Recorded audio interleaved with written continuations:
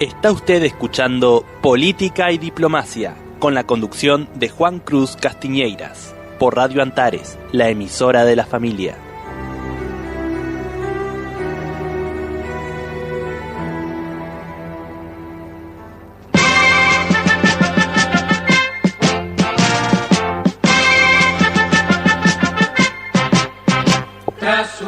Tenemos en comunicación telefónica a uno de los máximos héroes de la Guerra de Malvinas, un ícono de la Fuerza Aérea Argentina, el comodoro en situación de retiro, Pablo Carvallo. Pablo Carvallo, un gusto saludarlo de Radio Antares. Igualmente, Juan Cruz.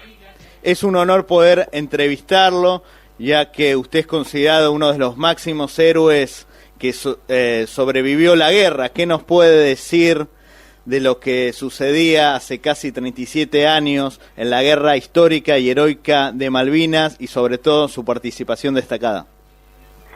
Bueno, yo primero quería saludar a todos los que están escuchando. Soy hijo de un oficial de la Fuerza Aérea que desde chiquitito me enseñó a amar a la patria. Mi madre me enseñó a amar a Dios y mi padre me habló mucho de Malvinas. Tan es así que en la secundaria, en Bariloche, ganamos con William Golinelli, mi mejor amigo que actualmente es bioquímico y vive en Olavarría. Ganamos un concurso que se llamaba Una Provincia Argentina. Nuestra provincia fueron las Islas Malvinas, ¿no es cierto? Y bueno, era el sueño de mi vida, así que cuando la recuperamos para mí fue un día maravilloso, ¿no? Yo realmente era algo que soñé siempre, y cuando ocurrió, desplegaron los primeros aviones y a mí me dejaron, como yo era el segundo en antigüedad de mi escuadrón, me dejaron como enlace hasta que me diera la orden de irme. Y mi señor un día vino y me dijo, mira, ojalá te lleven pronto porque yo no te aguanto más. O sea, yo estaba tan desesperado por irme que bueno, así fue la cosa. Hay una cosa muy interesante, no solo que usted es un héroe en estos 2 meses de guerra, sino que es un gran héroe en esta posguerra, ya que escribió varios libros sobre su actuación y la actuación de la Fuerza Aérea Argentina, que esto también es muy importante, malvinizar luego de la guerra. ¿Qué nos puede decir de su trabajo literario a favor de la causa Malvinas con sus libros publicados? Bueno, escribí en total 6 libros, pero sobre Malvinas son 4. El primero, Diósidos Halcones, segundo, Halcones sobre Malvinas, tercero, Halcones de Malvinas, y el cuarto, Un vuelo al corazón. Son libros que hablan especialmente, me falta el libro Los halcones no se lloran, que es la historia de todos los hombres de la fuerza, soldados, oficiales y oficiales, que murieron en la campaña de Malvinas. Yo todos los fondos los doné a las viudas porque creo que no se puede cobrar por eso.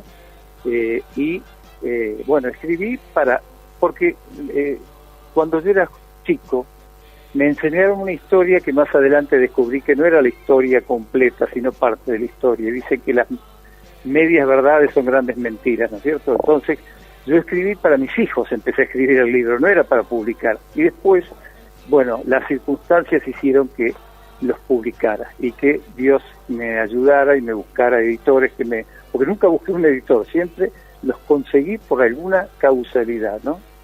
Una de las cosas más llamativas de su lindo discurso, y patriótico por cierto, es su espiritualidad, su invocación a Dios. ¿Qué nos puede decir de lo que significa la espiritualidad y el contacto de Dios en una situación tan límite como una guerra donde uno está entre la vida y la muerte?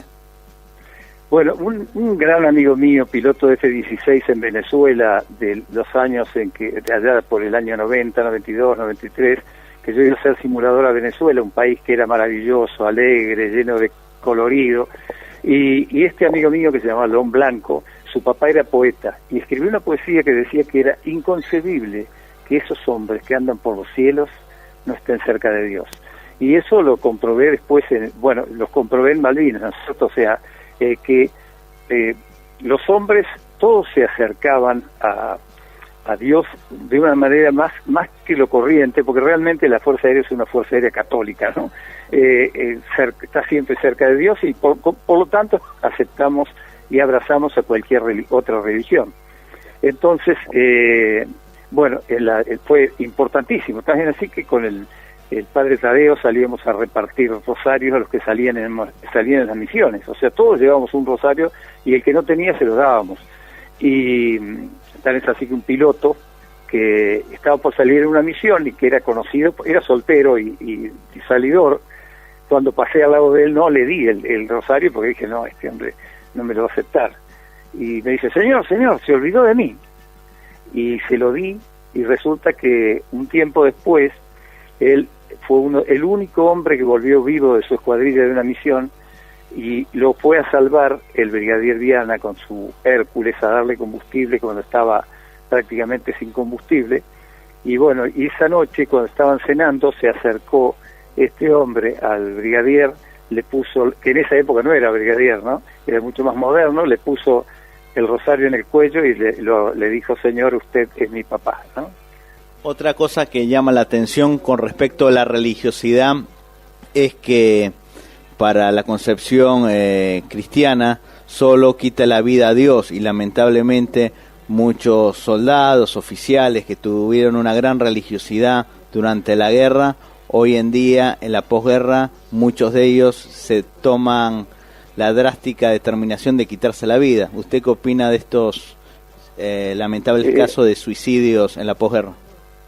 Yo creo que, bueno, sabemos que hay tantos muertos entre los argentinos como entre los ingleses. O sea, la cantidad de gente que se ha suicidado es similar, muy similar entre los dos países. Y todo esto ocurre por la injusticia del mundo. O sea, yo confío plenamente en la justicia de Dios y desconfío totalmente de la justicia de los hombres. Todos los países del mundo saben que las Islas Malvinas son argentinas. Inglaterra invadió 90 territorios del mundo a lo largo de su historia. Hay 212 países, es casi la mitad de los pueblos conocidos han sido invadidos por ellos para chuparles la sangre. Así claramente, podemos adornarlo, decir no, porque buscar recursos, pero es eso. Entonces, ¿basado en qué? En el poder. Toman, después inventan un derecho soberano y no pasa nada. En cambio nosotros, cuando tratamos de recuperar algo que todos los ingleses saben que es nuestro, ¿qué dicen? Los bárbaros argentinos atacaron a los pobres ingleses. Entonces, es todo una farsa, una hipocresía, y eso duele mucho. Y después cuando uno llega a su propia patria, yo ayer o antes de ayer estaba mirando algo que estaba escrito relacionado, preguntas sobre Malvinas, de estos días, que se preguntan muchos. Entonces, una de las preguntas que había en internet era, ¿qué distancia hay desde las Malvinas hasta Argentina? Es una barbaridad que un argentino ponga cuánto hay desde las Malvinas hasta Argentina. Las Malvinas es Argentina y es la continuación de la guerra de San Martín Belgrano para completar el país que está, le falta un brazo que se lo cortaron de un sablazo. Entonces todo eso duele tanto, la injusticia, la falta de consideración. Se podría decir, como decía Atahualpa Yupanqui, que Malvinas es la hermanita perdida. Es totalmente la hermanita perdida. Yo escribí una poesía, yo publiqué un libro de poesía que se llama Poema número 100, y en ese libro hay una poesía que no me la acuerdo toda, pero que dice, si un día te cortaran, se llama Piratas Ingleses, si un día te cortaran uno de tus dos brazos y a otro se lo injertaran que hasta ayer era manco, uno alto, arrogante, rubio, de fuertes brazos, que jamás se sonríe y mira desde lo alto. Dicen que yo soy malo, y yo quiero mi mano, esa que me cortaron a tiro y a sablazos. Cuando vuelva a Malvinas al fin tendré mi brazo, ¿no? O sea, esa es resumida, la poesía es mucho más larga, pero sí dice eso, dice que gente soberbia que se cree más que el resto y en realidad vive una vida linda, agradable, serena, con buenas cosas, en base al dolor y a la muerte de otros seres humanos que trabajan en los lugares que ellos explotan. Una pregunta que realmente es interesante hacerle, ya que cuando hablamos de Malvinas uno recuerda a uno de los máximos líderes de la gesta, que seguramente usted lo conoció, que también tenía una gran espiritualidad como la suya, que es el ex coronel Mohamed Ali Zaineldin. ¿Qué piensa de este gran comando, que este año va a cumplir 10 años de fallecido? Yo creo que él es un gran conductor. O sea, yo, por ejemplo, hice un máster en estrategia en Estados Unidos y ya todos hablan del líder.